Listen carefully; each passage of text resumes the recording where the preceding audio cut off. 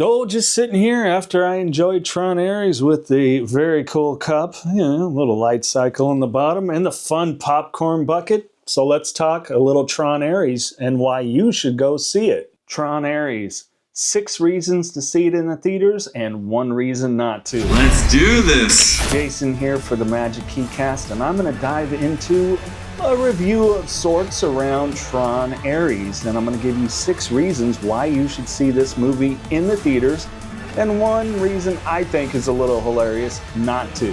So let's unlock the magic on Tron Ares. And while you're at it, don't forget to hit that subscribe button, leave a thumb up on the video, a comment, and please share with somebody else that you think might enjoy the Magic Keycast.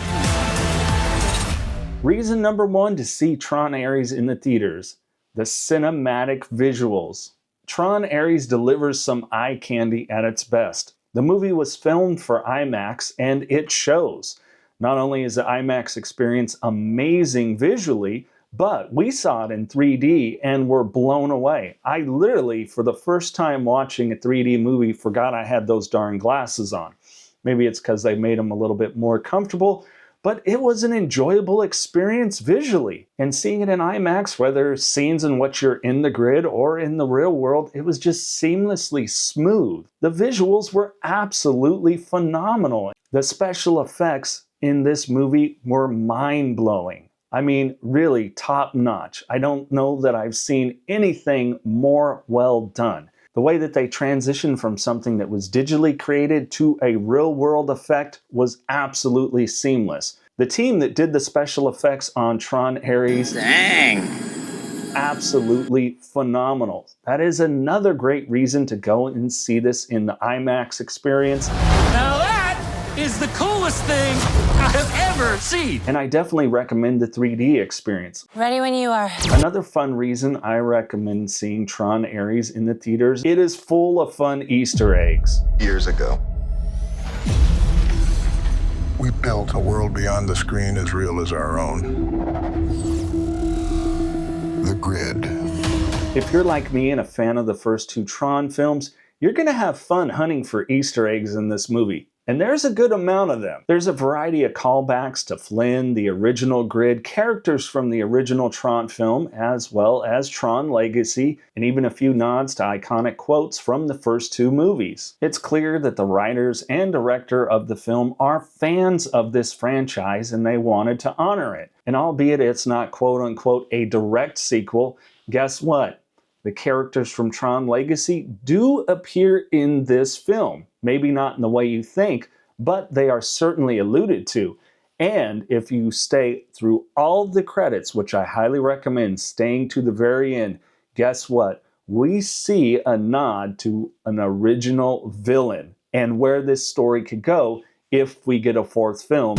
I love making films for the big screen. The next reason to go see Tron Ares in the theater is the plot. I personally found it thought-provoking. I know I've personally seen a few of the critics state things around the plot, or maybe they didn't get it, or didn't find anything consequential about it, but I have to tell you, I love the plot of Tron Ares, the balance between fun action with some deeper themes.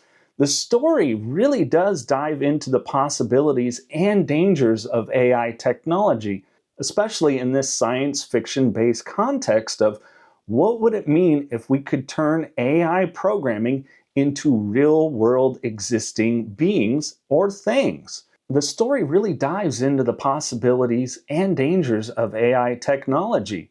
Granted, this is science fiction, right? But we've seen so many things through science fiction come to fruition. So stepping into a place of imagination in which a program can then create real-world things, from trees that bear fruit to weapons, I found incredibly fascinating, and how the protagonist and antagonist were plotted against each other for that very reason. I found it not only exhilarating and exciting, but a little unsettling when I let my imagination run wild around it. To me, it's sci-fi at its best. What happened back there? I disobeyed my directive.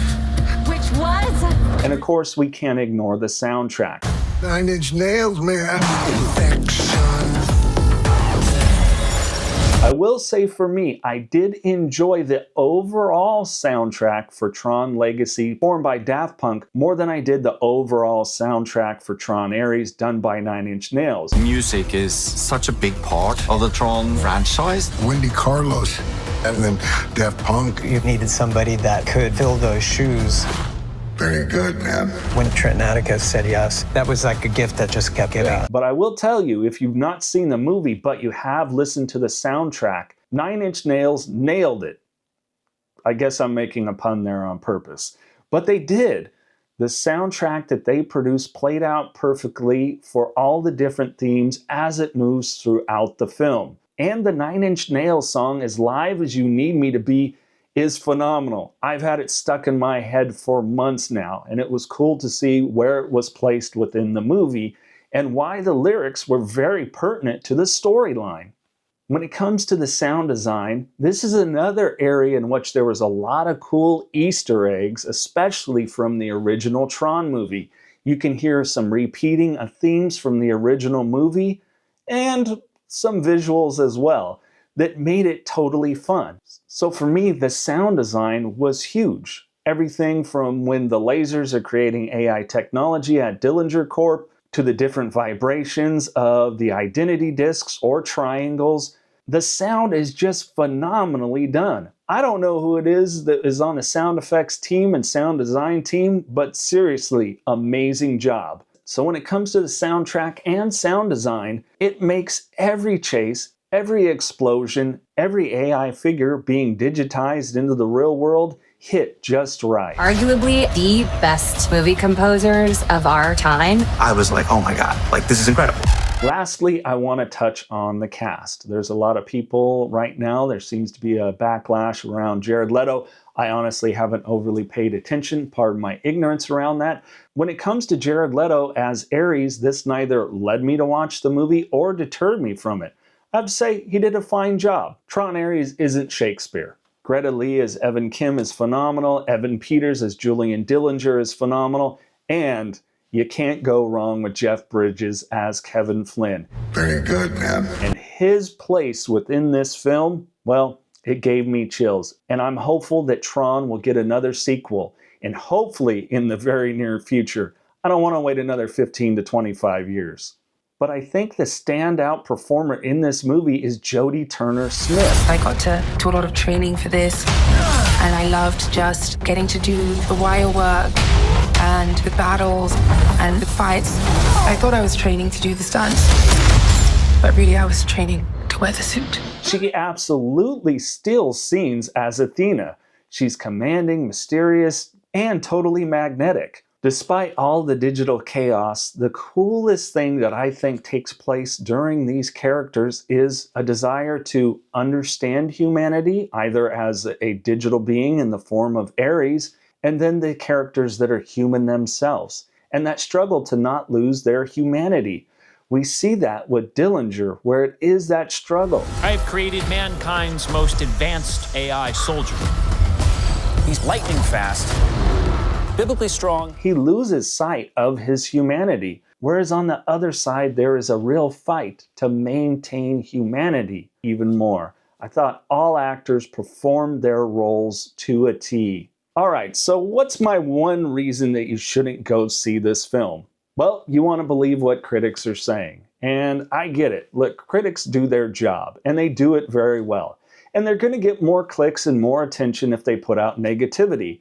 Our brains just naturally gravitate towards that. But I'm here to tell you, I think it's worth your time to go see. If you enjoyed the first two films, maybe not a huge fan like myself and so many others, but just enjoyed them. Trust me, this is a popcorn-eating, red vine-enjoying, soda-slurping film. It is an example of many of the reasons to return to go to the theaters and enjoy in a social setting. So in essence, the only reason I can think that you shouldn't go see this movie in the theaters is you don't want to have a fun cinematic going experience. And I say that because this film is pure entertainment. It does have a good level of depth to it. It does have a wonderful soundtrack and soundscape to it. It's filmed beautifully. The effects are phenomenal. The actors do an amazing job in the film. To me, there's just no boxes ticked on why I would avoid going to see this film in the movies, especially in IMAX. And if you're able to watch 3D, I highly recommend watching it in 3D. So there you have it. There are my reasons to go see Tron Ares in theaters and my one reason to not see it in theaters. And hopefully you venture out and enjoy it. And please, if you've seen it already, leave a comment in the comments section. Let me know what you think. I tried to do this as spoiler-free as I could. So smash that like button, subscribe for more deep dives here on the Magic Keycast, and we'll see you in the next upload. End of line.